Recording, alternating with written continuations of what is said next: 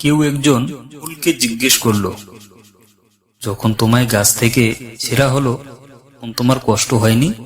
তখন ফুল হেসে বলল, যে আমায় গাছ থেকে ছিঁড়েছিল খুশি দেখে আমি আমার সব কষ্ট ভুলে গেছিলাম। টাকা থাকলে নির্জীব মানিব্যাগটা পর্যন্ত ফুলে ওঠে, তাহলে মানুষ তো ফুলে উঠবেই।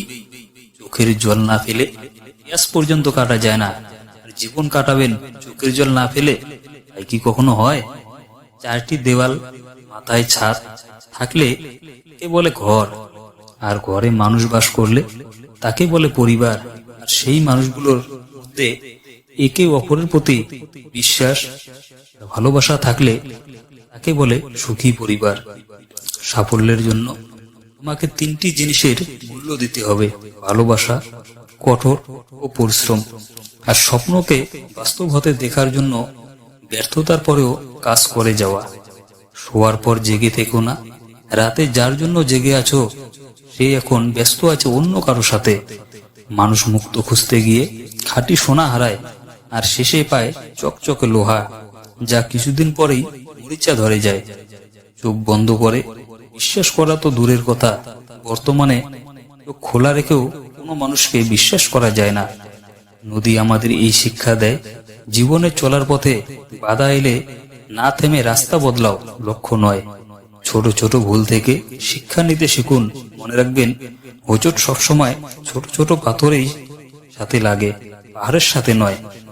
স্বপ্ন সেটাই যা তোমাকে ঘুমাতে দেয় না, আপন তারাই যারা তোমাকে কাঁদতে দেয় না। জীবনে কষ্ট পাওয়া খুব দরকার, কারণ কষ্ট পেলেই নিজেকে বদলে ফেলতে পারে। অধিকাংশ ভালোবাসা ভেঙে যায় নিজেদের কারণে, সত্যিকারের ভালোবাসা হেরে যায় পরিবারের কারণে। একটা কথা সবসময় মনে রাখবেন, দুর্বলতার সুযোগ নিয়ে পিছনে ছুরি সবসময় কাছের মানুষরাই বেশি মারে।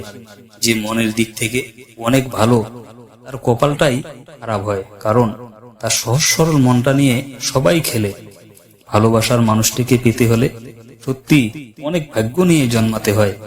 জীবনের ভালো চাইলে 5টি কাজ এখনই ছেড়ে দিন: সবাইকে খুশি করা, অপরের কাছে কিছু আশা করা, অতীতকে নিয়ে চিন্তা করা, নিজেকে অপরের থেকে দুর্বল ভাবা, কোনো কিছু নিয়ে বেশি ভাবা। রাগ দেখিয়ে কাউকে ভাই বলার পরেও তার কাছ থেকে রিপ্লাই পাওয়ার জন্য অপেক্ষা করার নামই হয়তো ভালোবাসা। বাবা নামক বট গাছের ছায়াটি যার মাথার উপরে নেই, সেই বোঝে রোদের তাপ কতটা প্রখর। অন্ধকারেও পথ চলা যায়, কিন্তু কোনো বিশ্বাসঘাতকের সাথে নয়। বাবার সাথে কোথাও বের হওয়া মানে একটু পর পর জিজ্ঞেস করবে, কিরে কিছু খাবি? সময় আর আপনজন যখন একসাথে আঘাত দেয়, তখন মানুষ নিশ্চুপ হয়ে যাওয়া ছাড়া আর কিছুই করার থাকে না।